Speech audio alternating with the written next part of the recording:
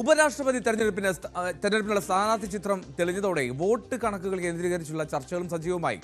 YSR Congress NDA സ്ഥാനാർത്ഥി CP രാധാകൃഷ്ണന് പിന്തുണ പ്രഖ്യാപിച്ചു. BRS നിലപാട് ഇന്ന് പറയും. കണക്കിലെ കളിയിൽ NDAയ്ക്കാണ് വിജയമെന്നത് ഉറപ്പാണെങ്കിലും ചില വോട്ടുകളെങ്കിലും അടർത്താൻ കഴിയുമെന്ന പ്രതീക്ഷയാണ് പ്രതിപക്ഷത്തിന്. മിഥുൻ തുടരുന്നുണ്ട്. മിഥുൻ, ഈ സ്ഥാനാർത്ഥി ചിത്രം തെളിഞ്ഞു, വ്യക്തമായി കണക്കുകൂട്ടലുകളാണ്. ഏറ്റവും ഒടുവിൽ YSR ആണ് അതിൽ വ്യക്തത വരുത്തിയത്. ഇനി എന്തൊക്കെയാണ് പ്രതീക്ഷിക്കുന്നത്, പ്രത്യേകിച്ചും ഇന്ത്യ മുന്നണി?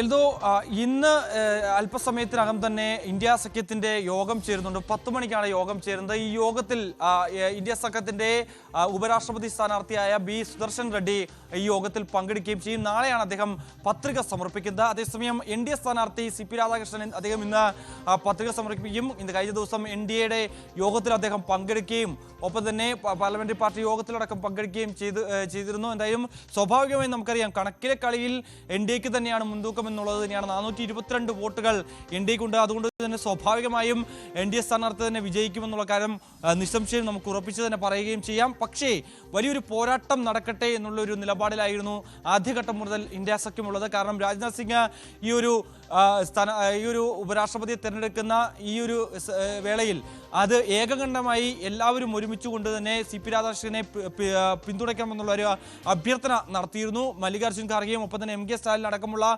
പ്രതിപക്ഷ നിരയിലെ എല്ലാ നേതാക്കളെയും അദ്ദേഹം ഫോണിൽ വിളിച്ച് അഭ്യർത്ഥന നടത്തുകയും ചെയ്തിരുന്നു. പക്ഷേ ഒരു രാഷ്ട്രീയ പോരാട്ടമാണ്. ആ രീതിയിൽ ഇലക്ഷനുമായി മുൻപോട്ട് തന്നെ പോകട്ടെ എന്നുള്ളൊരു നിലപാടായിരുന്നു ഇന്ത്യ സഖ്യം തീരുമാനിക്കുകയും ചെയ്തത്. മറ്റൊന്ന്, സൗത്ത് കേന്ദ്രീകരിച്ച്, അതായത് സൗത്ത് ഇന്ത്യ കേന്ദ്രീകരിച്ച് കാലങ്ങളായി ഇത്തരത്തിൽ BJP പ്രചരണം ശക്തമാക്കുന്നുണ്ടായിരുന്നു. കഴിഞ്ഞ കാലയളവിലൊക്കെ തന്നെ പ്രത്യേകിച്ച് തമിഴ്നാട്ടിലൊക്കെ തന്നെ ഒരു സീറ്റ് നേടുക എന്നുള്ള രീതിയിൽ പ്രധാനമന്ത്രി പലതവണ ഇത്തരത്തിൽ തമിഴ്നാട്ടിലേക്ക് വരുന്ന കാഴ്ച നമ്മൾ കാണുകയും ചെയ്തിരുന്നു. അതിന് പിന്നാലെയാണ് മറ്റൊരു നീക്കം ഇപ്പോൾ CP രാധാകൃഷ്ണനിലൂടെ ഉപരാഷ്ട്രപതി ആക്കിക്കൊണ്ട് അടുത്ത വർഷം, അതായത് 2026-ൽ കേരളത്തിന്റെ നിയമസഭാ തെരഞ്ഞെടുപ്പ് നടക്കുന്ന വേളയിൽ തന്നെയാണ് തമിഴ്നാട്ടിലും തെരഞ്ഞെടുപ്പ് നടക്കാൻ പോകുന്നത്. അത് മുന്നിൽ കണ്ടുകൊണ്ടുള്ള ഒരു നീക്കം, അതായത് മിഷൻ സൗത്ത് എന്ന രീതിയിൽ ഒരു തന്ത്രം NDAയുടെ ഭാഗത്തുനിന്ന് ഉണ്ടാകുന്നു എന്നുള്ളത് തന്നെയാണ്. മറുതന്ത്രത്തിൽ ഇന്ത്യ സഖ്യത്തിന്റെ സ്ഥാനാർത്ഥിയും പക്ഷേ സൗത്ത് ഇന്ത്യയിൽ നിന്ന് തന്നെയാണ് എന്നുള്ളതാണ് ഏറ്റവും പ്രധാനപ്പെട്ട കാര്യം.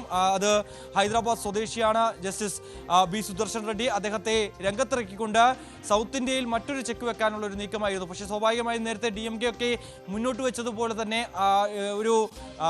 അവർ പറയുന്ന, അല്ലെങ്കിൽ DMK പറയുന്ന തമിഴ്നാട്ടിൽ നിന്നുള്ള ഒരു സ്ഥാനാർത്ഥി ഈ ഉപരാഷ്ട്രപതി തെരഞ്ഞെടുപ്പുമായി ബന്ധപ്പെട്ട് രംഗത്തിറങ്ങുമെന്നായിരുന്നു കരുതിയെങ്കിൽ പോലും തന്നെ ഇക്കാര്യത്തിൽ ഇന്ത്യ മുന്നണിക്ക് ഏകകണ്ഠേനമാണ് അവർ ഈ സ്ഥാനാർത്ഥിയിലേക്ക് എത്തിയെന്ന് പറയുമ്പോൾ പോലും തന്നെ TMC ആണ് ഈ സ്ഥാനാർത്ഥിയുടെ പേര് മുന്നോട്ട് വെക്കുന്നത്. അതിലേക്ക് അവർക്ക് എത്തേണ്ടിയിരിക്കുന്നു. കാരണം സ്വാഭാവികമായും മറ്റ് തർക്കങ്ങൾ നിലനിൽക്കുന്ന ഒരു സാഹചര്യമുണ്ട്. മമതാ ബാനർജിയെ അനുനയിപ്പിക്കുക എന്നുള്ള വലിയ കടമ്പ ഇപ്പോഴും പൂർത്തീകരിക്കാൻ ഇന്ത്യ സഖ്യത്തിന് സാധിച്ചിട്ടില്ല എന്നുള്ളതാണ്. അത് വെല്ലുവിളിയായി ഇപ്പോഴും തുടങ്ങുന്ന സാഹചര്യത്തിൽ കൂടിയാണ് അവർ തന്നെ മുന്നോട്ട് വെച്ചിട്ടുള്ള സ്ഥാനാർത്ഥിയെ രംഗത്തിറക്കാൻ ഇന്ത്യ സഖ്യം ഏകകണ്ഠമായി തീരുമാനിക്കുകയും ചെയ്തത് എന്നുള്ളത് തന്നെയാണ്. എന്തായാലും വലിയ രാഷ്ട്രീയ പോരാട്ടത്തിലേക്ക് തന്നെയാണ് കടക്കുന്നത്. കണക്ക് കളിയിൽ സ്വാഭാവികമായും ഇന്ത്യക്ക് തന്നെ വിജയം ഉറപ്പിക്കാൻ സാധിക്കുകയും ചെയ്യും എന്നുള്ളതാണ്. റൈറ്റ്, MG മിഥുൻ വിവരങ്ങൾ നൽകിയത്.